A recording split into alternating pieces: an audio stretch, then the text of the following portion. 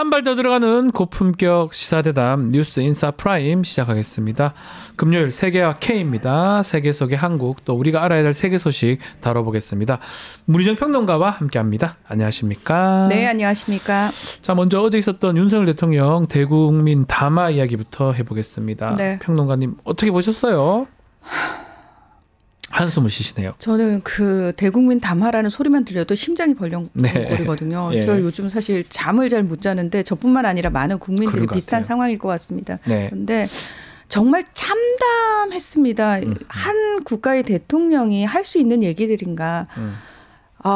온갖 거짓들로, 그리고 본인의 어떤 집착, 광기 이런 걸 제대로 보여준, 그리고 전 세계가 지금 대한민국을 정말 주목하고 있는 상황 아닙니까? 그래서 전 세계가 실시간 속보로 타전을 하고 있는 상황에서 정말 늘 그랬습니다만 부끄러움은 우리들의 몫이겠구나. 그리고 그런 생각도 했어요. 차라리 이게 혹시 하는 일말의 기대마저도 스스로 알아서 끊어주니까 국민들 입장에서는 결론을 내리기가 너무나 쉬워졌다. 그리고 굉장히 단호해져야 되겠구나라는 생각들을 하게끔 만들지 않았을까라는 그런 뭐 긍정적인 부분도 있었던 것 같습니다. 어떻게 보셨어요? 너무 참담했던 것 같은데 여기서는 좀 외신 얘기를 좀 해봅시다. 네. 외신에서도 막 관심을 가지고 보고 전했던 것 같아요. 그렇습니다. 그러니까 실시간으로 다 이제 속보로 타전을 했는데요. 이제 내용들의 외신들도 좀 충격을 많이 받은 것 같아요. 왜냐하면은 일단 외신들은 이건 친위 쿠데타라는 규정을 거의 대부분 했었고요. 그래서 헌법과 법치에 따라서 이제 탄핵이라는 과정으로 가는 그 시점에 있다라고 이야기를 했는데 갑자기 대통령이라는 사람이 나와가지고 이걸 다 뒤집는, 끝까지 국민들과 뭐 싸우겠다라는 식의 이야기를 하지 않았습니까? 그래서 아니, 국민이 원하고 여론이 좋지 않은데 대통령이 혼자서 끝까지 저항을 하겠다라는 그 상황이 굉장히 좀 충격적이다라는 식으로 보도가 많이 나왔습니다. 외신에서도요. 네. 그리고 심지어 이거는 친위 쿠데타고 내란이고 지금 내란죄로 뭐 기소될 위기에 처해 있고 뭐 이런 얘기까지 나왔는데 이게 본인이 스스로 이건 내란이 불성립할 뿐만 아니라 정말 어쩔 수 없이 내란을 했다라는 식으로 변명만 내어놓으니까 외신들 입장에서도 사실 그 어느 민주국가에서도 이런 대통령을 본 적은 없거든요. 그러니까 역대급 처음을 다 경험을 하면서 다들 경악을 하고 있는 거죠. 또 결국은 저런 담화가 뭐 외교적인 부분도 있는 것 같아요. 특히 중국 얘기거든요. 이거 얘기 왜 합니까? 하나도 생각이 없는 사람 같아요. 중국에 연루된 그 간첩 사건을 얘기를 했어요. 결국은 중국 정부가 불쾌감을 좀 보였던 것 같거든요. 저는 지금 충격적인 게 뭐냐면은 이 사안에 대해서 이게 사실 굉장히 엄중한 사안이잖아요. 이게 사실이라면 그러면 이건 이런 거일수록 물밑에서 사실은 굉장히 일사불란하게 보안을 유지하면서 정말 어떻게 된 건지 진실을 규명하는 그 과정이 필요한 건데 어떻게 된 게 국가 정상이라는 사람이 나와가지고 까발리면 안 되는 것까지 다 까발리는데. 예전에 대국민 기자회견 할 때 트럼프가 어쩌고 저쩌고 뭐 다 얘기를 해버렸잖아요. 뭐예요 이 사람? 정말 그래서 이렇게 되면 어떤 문제가 생기냐면 일단 거론을 된 중국 입장에서 사실 중국은 관영 매체들을 통해 가지고 한국의 정치 시스템이 얼마나 취약한지에 대해서 이게 미국이랑 손잡은 늘 시스템의 우월성을 얘기하던 그 한국의 현실이다라는 식으로 관영 매체들이 되게 비판적으로 보도를 했었단 말이죠. 중국 정부는 공식적인 입장을 발표를 하지 않았는데 이 부분과 관련해서 어쩔 수 없이 중국 정부가 입장을 발표해야 되는 상황이 생겼어요. 굉장히 불쾌하죠. 자, 중국은 일단 대외적으로 공식적인 입장은 다른 나라의 내정에 간섭하지 않는답니다. 늘 그 얘기를 합니다. 그런데 그래서 우리는 그걸 지키고 있었는데 한국 정부가 선을 넘었다. 무례하게 선을 넘었고 이거는 외교적으로 큰 결례를 범한 거다라고 이야기를 하고 있는 거죠. 그러니까 해야 할 말, 해서는 안 되는 말 자체도 지금 판단이 안 되는 상태가 아닌가라는 의구심이 들 정도고요. 자, 이렇게 되면 거론된 중국은 당연히 기분이 나쁠 수 있죠. 외교적 결례라고 지적할 수 있죠. 자, 그러면 다른 나라들은 이건 중국에 해당되는 얘기니까 우리는 뭐 저 부분이 별로 걸리지 않아라고 할까요? 아닙니다. 아니죠. 다른 나라 입장에서도 저 사람은 할 말 못할 말 구분 못하는데 우리랑 했던 얘기도 언제든 저런 식으로 나올 수 있겠는데 예. 그래서 뭐 물론 계엄 선언을 한 순간부터 선포를 한 순간부터 모든 외교가 스탑이 된 상황이지만 더더욱 다른 나라들에게 한국 정상은 절대 지금은 만나서는 안 되고 대화도 해서는 안 되고 믿을 수 없는 상황이구나를 확신하게 만들어준 상황이 돼버린 거죠. 아니 뭐 정말 일의 자격도 없는 것 같아요. 뭐 자기밖에 모르고 외교 어디든 상관없이 막 떠들어 제끼고 지금 보면 정치적으로 권한이 중단이 됐지만 군 통수권 또 임명권 이런 걸 행사를 하고 있거든요. 그렇죠. 그래서 지금 외신에는 현재 한국을 누가 이끌고 있는지 의문이 간다. 이런 의문점을 제기한 외신이 있어요. 외신들은 사실 되게 충격적이었던 게 뭐냐면은 이게 친위 쿠데타고 내란이잖아요. 네. 그러면은 외신들 입장에서는 속도가 빨리빨리 탄핵이 당연히 됐어야 되는 거고 그 다음 대통령을 빨리 선출하는 그 과정들이 일련의 과정들이 착착착착 진행이 돼야 되는데 그렇죠. 너무 희한한 게 여당이 그 탄핵을 아예 그 투표 자체를 불성립시켜 버리잖아요. 예. 그 부분에 대해서도 외신들에서는 굉장히 비판을 많이 하거든요.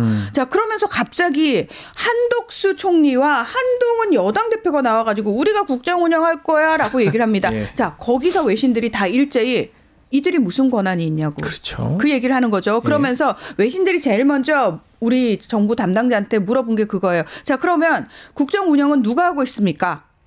그러니까 윤석열 대통령이라고 얘기를 하니까 그러니까 외신들 입장에서는 이게 무슨 상황인가. 그러니까요. 이런 상황에서 지금 또다시 대통령이 나는 물러날 생각이 없고 그래 한번 해보자. 날 탄핵하려면 해봐라. 나 끝까지 싸울 거다라고 얘기를 하니까 더더욱 지금 현재 무정부 상태처럼 보이잖아요. 네. 한국이라는 나라가. 왜 이게 일사불란하게 진행이 되고 있지 않은지에 대한 이야기를 하고 있는 겁니다. 네. 계속해서 그 계엄령 선포 이후에 하루가 멀다고 정말 전 세계 주요 외신들이 계속 이 관련 보도를 내놓고 있는데 뭐 미국은 말할 것도 없고요. 11일 날 영국 가디언도 이런 얘기를 했어요. 네. 한국의 계엄령 참사에 대한 견해. 민주주의의 등대에는 새로운 리더십이 필요하다. 이 얘기 뭐냐면 핵심이 그겁니다. 지금 필요한 건 퇴진 로드맵이 아니라 즉각적인 선거다. 그렇죠. 라고 이야기를 하고 있는 겁니다. 지금 이미 내란 숙의 윤석열은 데드덕이기 때문에 레임덕 아니고 죽은 거예요. 죽은 거기 때문에 빨리 다음 국정 운영자가 등장을 해야 된다. 그것도 질서 있게 민주적 절차에 따라서라고 이야기를 하고 있는 겁니다. 그 국민의힘이 그런 자신들의 정치 셈법 때문에 그걸 막고 있는 게 아닌가 이렇게 외신도 쳐다보고 있네요. 그 얘기를 정확하게 하면서 비판을 했어요. 외신들은 일제히 다 똑같은 목소리를 합니다. 설마요 찬성하는 사람 없습니다. 제대로 정신이 박힌 언론들은 민주주의 국가에서 국민이 선출한 대통령이라는 사람이 자신의 권력을 지키기 위해서 국민들을 향해서 총뿌리를 겨눈 사실 자체가 역사상 처음이고요. 국제사회에서 이런 건 처음입니다. 그리고 대한민국이 어떤 나라입니까? 정말 민주주의를 이룬 엄청난 그 상징처럼 그렇게 보여지는 나라였잖아요. 그 나라에서 지금 이런 상황이 벌어졌는데 이 상황에서 시민들이 또다시 이걸 바로잡기 위해서 광장으로 나오고 거리로 나오고 있는 상황 아닙니까? 이것조차도 주목을 하고 있는 상황에서 가장 역행하는 사람이 누구다? 가장 반민주적인 사람이 누구다? 윤석열이라는 겁니다. 그걸 다 얘기하고 거기에 부안해동하는 사람. 국민의힘 여당 의원들은 결코 국민들로부터 용서받지 못할 것이고 역사의 죄인이 될 것이다라고 하나같이 다 지적하고 있습니다. 네. 북한 얘기도 좀 해봅시다. 북한이 이 내란 사태 이후에 침묵을 지키다가 지난 11일 처음으로 보도를 했는데 북한은 어떻게 또 입장을 냈습니까? 조선중앙통신뿐만 아니라 일반 그 북한 주민들이 보는 노동신문에도 똑같은 얘기가 실렸는데요. 심각한 통치위기, 탄핵위기에 처한 윤석열 괴뢰가 불의의 비상계엄령을 선포하고 파쇼 독재의 총칼을 국민에게 서슴없이 내대는 충격적인 사건이 일어나서 온 괴뢰 한국당을 아비규환으로 만들어 놓았다. 참, 근데 예전에 박근혜 때에 비하면 조금 수위가 낮아진 것 같기도 하고 이건 어떻게 우리가 해석해야 됩니까? 박근혜 때는 실시간으로 한국의 상황들을 네. 보도를 했었거든요. 자, 수위가 낮아진 거는 저는 몇 가지 측면이 있다고 생각하는데 첫 번째 헌법상 북한 헌법이 바뀌었죠. 통일 안 한다고. 그렇죠. 우리는 같이 뭐 할 필요가 없다고 이제 얘기해버렸죠. 그리고 딱 분리해버렸어요. 네. 한국 정부. 그리고 윤석열 정부에 대해서 계속 뭐라고 얘기했습니까? 선제 타격 얘기하는 윤석열 정부를 향해서 그 인간 자체가 싫다. 상종 못할 인간. 기대 자체도 안 했다는 거네요. 당연합니다. 예. 자, 그러면 이 상황에서 윤석열이란 사람에 대해서 원래 그럴 줄 알았다라는 반응인데 네.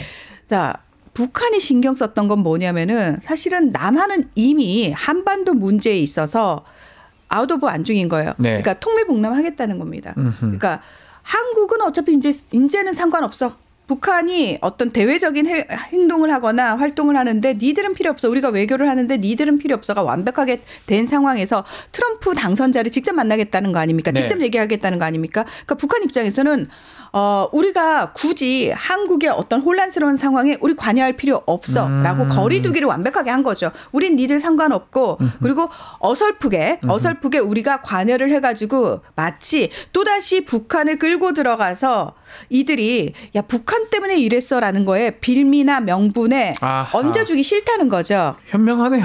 그렇죠. 어쩌면. 네. 진짜 현명하게 행동을 한 거죠. 그리고 북한, 러시아, 중국의 입장은 뭐냐면요. 딱 한마디로 그겁니다. 야 한국 잘 봐라. 저게 지들이 맨날 우월하다고 얘기하는 민주주의 체제의 우월성인데 지금 꼬라지 마. 얼마나 혼란스럽니. 네.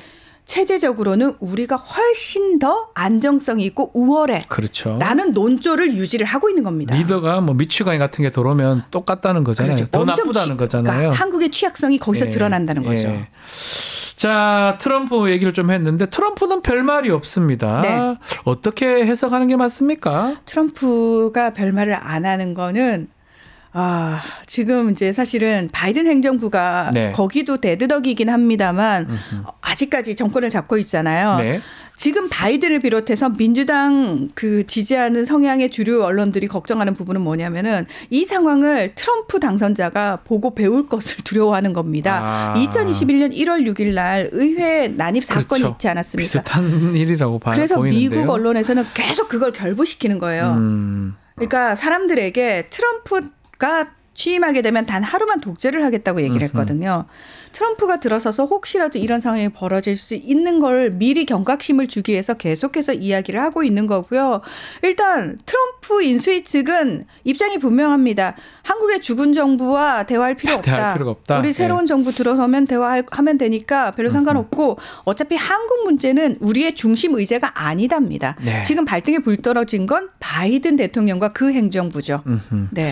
자, 지금 오스틴 미 국무부 장관이 국방부 장관이죠. 네. 일본에 갔다가 한국에 들리지 않고 바로 미국 가버린 거. 네. 이것도 사실은 미국이 지금 이 내란 사태 상당히 화가 난 거 보여주는 어떤 당연합니다. 증거 아닐까요? 당연합니다. 자, 미국 정부는 속된 표현으로 빡쳤어요. 빡쳤다. 예. 네. 그러니까 많은 분들이 미국이 그 얘기하거든요. 사전 통보 없었고 우리는 정말 몰랐다라고 얘기를 하니까 많은 분들이 그 얘기를 설마 몰랐겠어? 알고도 묵인한 거 아니야라고 얘기를 하는데 첩보를 통해 가지고 이상 상황을 감지했을 수는 있습니다. 네. 그런 상황에서도 어쨌든 미국 입장에서는 공식적으로 모르는 게 맞고요. 왜냐하면 통보를 받은 게 아니니까요. 그리고 선제적으로 어떤 행동을 할 수 있는 권한이 없습니다. 네. 그래서 가만히 있었던 겁니다. 그런데 실질적으로 그 일이 우려했던 상황이 벌어졌잖아요. 그 뒤로 미국의 움직임을 보면은 미국이 전방위적으로 할 수 있는 모든 압박을 윤석열과 계엄 세력들에게 지금 하고 있는 겁니다. 주류 언론을 통해서 계속해서 비판하는 얘기 나오고 있고 외교안보 전문지를 통해 가지고 이거 친위 쿠데타라고 규정을 해버렸죠. 그리고 오스틴 국방장관 나 한국 안 간다. 이건 뭐냐면 지금 한국 정부하고 얘기 안 한다는 의미입니다. 할 필요 없다 이겁니다. 예. 그리고 여기에 대해서 국방부 대변인한테 이제 기자들이 또 물어봐요. 자, 지금 이 한국이 이렇게 혼란스러운데 혹시라도 북한이 여기서 뭔가 혼란을 더 초래할 상황이 없느냐. 거기에 대해서 사브리나 신 국방부 대변인이 딱 그 표현을 씁니다. 한국은 지금 민주적 정치 과정에 있다. 예. 그건 무슨 얘기냐. 예. 미국이 지켜볼 테니까 빨리 절차적으로 잘 해결해라. 과정이니까 잘 해결해라라고 네. 얘기한 거죠. 그렇습니다. 네. 그러니까 제발 슬픕니다. 예. 네. 그러니까 이게 왜냐하면 미국은 지금 비자 업무 중단시켰잖아요. 네. 미국이 할 수 있는 건 그거예요. 아하. 한국 사람들은 비자 인터뷰를 한 달 전에 예약을 해야 되는 상황이고 줄 서 있잖아요. 비자 받기. 네. 그거 중단시켰다는 거예요. 이건 아하. 뭐냐면 제대로 한번 그러니까 공식적으로 제재를 하는 건 아니지만 괘씸죄에 제대로 괘씸죄. 걸렸다는 거죠. 예. 그리고 주한미군들한테 얘기하는 게 뭐죠? 아직 비상계엄 상황이 완전히 해제된 게 아니기 때문에 주의해야 된다라고 얘기를 하고 있다는 겁니다. 네. 실질적으로 어제 그 대통령실 출입 기자한테 들은 얘기는 경찰이 대통령실 압수수색을 들어갔을 때 거기서 미군들을 봤다는 거 아닙니까? 미군도 있다는 겁니까? 네. 네. 미군들이 대통령실 안에 들어와서 회의실에서 회의를 하는 모습을 목격을 했습니다. 알겠습니다. 좀 다른 얘기 좀 해보겠습니다. 자, 지난 10일입니다. 한강 작가가 한국 최초 노벨 문학상 수상을 했는데 요것도 좀 우리 얘기를 좀 해보죠. 해외에서 뭐 극찬이 이어졌습니다. 네, 그렇습니다. 이 노벨상 주간이어가지고 사실 한강 작가님이 이미 이제 출국을 하셔가지고 네. 거기서 막 여러 가지 행사들을 하고 있었는데 우리 이거만 아니었으면 좀 더 우리 보통될 문학의 건데. 역사상 가장 너무 뜻깊은 일이고 그러니까요. 너무 의미 있는 일을 이렇게 망쳐버렸는데요. 망쳐버렸어요. 예. 예, 그러면서 동시에 아이러니하게도 한강 작가의 수상의 의미를 어떤 의미에선 역설적으로 더 강조를 해준 상황이었죠. 네. 소년이 온다가 5.18. 5.18이잖아요. 관련된. 그러니까 실질적으로 그 5.18 상황에 대해서 이 5.18이 뭐냐면요 라고 설명할 필요 없이 사실은 지금 한국에서 벌어지고 있는 상황입니다로 네. 바로 대체가 가능한. 그래서 오히려 전 세계 사람들이 이해를 굉장히 잘할 수 있는. 현재 진행형으로 좀 돼버렸어요. 그런 상황이 돼버렸죠. 자, 지금 또 아쉬운 점이 좀 있는데 네. 이게 한국어가 좀 스웨덴에 좀 울려 퍼지나 했었는데 결국 한국어 없이 스톡홀름에 영어하고 스웨덴어로 그렇게만 진행이 됐어요. 그 부분 좀 아쉽지 않습니까? 네. 그러니까 원래는 이제 수상자를 발표를 네. 하면서 마지막에 이렇게 스웨덴어와 그 상을 받는 사람의 모국어로 얘기를 해줘야 되는데. 이거 발표를 맡으신 그 엘렌 마손이라는 그 작가분이 열심히 가르쳐 드렸대요. 한국어로 이렇게 네. 해라. 네. 근데 잊어버렸나? 아니요, 그게 한국어가 너무 어려워서 못하겠다고 얘기를 했대요. 그래서 뭐 이렇게 한국어로는 친애하는 한강 작가님 상을 받기 위해 앞으로 나와주십시오. 요거였는데 그걸 못했군요. 너무 힘들어 하셨대요. 그래서 어쩔 수 없이 영어로 했다고 얘기를 하는데 뒤이은 만찬에서는 대학생 사회자가 또 한국어로 짧게 한강 작가님을 소개를 하기도 했고요. 저는 그 사실 한강 작가님이 수상 소감 중에서 그 얘기를 하거든요. 네. 이제 본인이 수많은 1인칭 시점을 경험했던 그 당시의 이야기를 하면서 우린 모두 저마다의 나로서 잘 살고 있다라고 얘기를 하는데 저는 이 말이 되게 감동적이었던 게 지금 우리나라의 많은 시민들이 저마다의 나로서 열심히 살면서 모두가 다 수많은 1인칭 시점을 경험하고 있는 게 아닌가. 무슨 얘기냐면 국회 앞에 나가 있지 않아도 거기 나가 있는 다른 사람들이 나인 것 같고 그리고 안타까워하는 군인들을 보면서 그 모습이 내 아들인 것 같고 그런 경험을 우리가 동시에 하고 있다는 거죠. 알겠습니다. 자, 마지막으로 이거 짚어보고 마무리 좀 하겠습니다. 네. 시리아 내전 종식이 되면서 러시아, 이란, 또 미국, 이스라엘 그 갈등이 좀 더 심해진 것 같은데 네. 어떤 상황인가 좀 짚어주시면 좋을 것 같습니다. 자, 시리아 내전은 2011년에 그 민주화 투쟁인 아랍의 봄을 기점으로 독재 정권인 아사드 대통령과 그리고 거기에 반대하는 반군들 간의 싸움, 내전으로 시작이 됐거든요. 근데 2014년에 미국이 참전을 하면서 반군을 지원을 하거든요. 네. 그리고 2015년에 러시아가 아사드 정권을 지원하면서 또다시 참전을 하면서 국제 대리전이 돼서 지금까지 이제 확전이 되어 왔는데 사실은 2020년 즈음에 아사드 정권이 거의 승리하는 것처럼 일단 소강 상태가 돼요. 네. 그래서 미국이 참전을 했는데도 미국이 지는구나. 그래서 어쩔 수 없이 아사드 정권을 인정하는 것처럼 그 당시에 보였거든요. 예. 근데 그 뒤로도 미국이 포기하지 않았다는 거죠. 미국과 이스라엘이 반군 쪽을 계속해서 지원을 하면서 반군이 계속 훈련도 하고 있고 정비를 하고 있었던 겁니다. 그리고 기습적으로 공격을 했는데 아사드 정권 입장에서는 정부군이 있잖아요. 네. 정부군은 뭐 했나요? 이게 아프가니스탄 때하고 굉장히 유사한 상황이 보이는데 아프가니스탄도 사실 20년간 미국이 거기 주둔하면서 정부군을 계속 지원을 하고 훈련시켰는데 한도 안 됐잖아요. 결국 바로 무너졌거든요. 예, 예. 그걸 보면서 미국 도대체 20년간 뭐 한 거야? 했어? 근데 정부군의 사기가 그만큼 떨어져 있고 오합지졸이었다는 거 밝혀지지 않았습니까? 네. 시리아 정부군도 똑같다는 똑같군요. 거죠. 그러니까 아사드 정권이 제대로 군대를 정비하지 않았고요. 그들에게 어떤 보상을 제대로 하지 않았다라는 거죠. 그러면서 반군들이 기세를 올려서 오니까 정부군이 싸우지도 않고 그냥 바로 내줬다는 겁니다. 자, 이 상황에서 지금 아사드 대통령은 일단 러시아로 가족들과 함께 망명을 한 상황이고요. 예. 자, 시리아 내부를 잠깐 설명을 드리면 아사드 정권은 시리아의 소수파인 알라이파지만 사실 시리아 주민들의 70%는 수니파입니다. 네. 거기에 또 드루즈파, 기독교인 그리고 시아파 그리고 거기에 또다시 쿠르드족까지 굉장히 다문화 다종교 국가란 말이죠. 이걸 이제 반군 측에서 다스려야 되는데 중요한 건 반군도 내부가 굉장히 여러 세력들이 힘을 합친 상황이거든요. 그렇죠.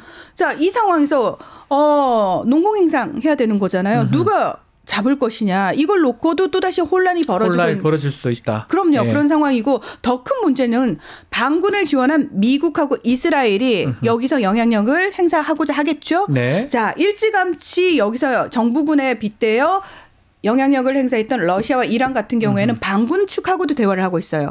우리 거 건드리지 말아달라. 예. 그럼 우리도 공격 안 하겠다라는 대화를 지금 하고 있는 상황이라고 하죠. 자, 여기서 쿠르드족은 원래 자치권을 행사하고 있던 지역을 고수하고자 합니다. 그런데 이 쿠르드족을 싫어하는 튀르키예는 쿠르드족을 공격하고 있단 말이죠. 그렇죠. 예. 이 혼란은 아마도 당분간 지속될 것 같습니다. 앞으로 더 혼란스러운 상황으로 갈 수 있을 것이다. 이렇게 그렇습니다. 말씀 주셨습니다.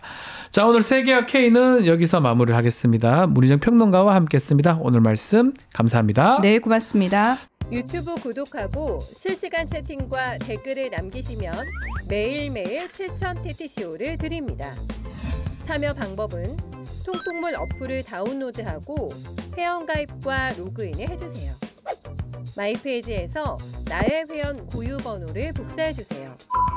유튜브 구독 후 실시간 채팅이나 댓글창에 고유 번호를 한 번만 입력하면 준비 끝! 지금 유튜브 채팅과 댓글 쓰기 참여하고 실천 TTCO 받아가세요.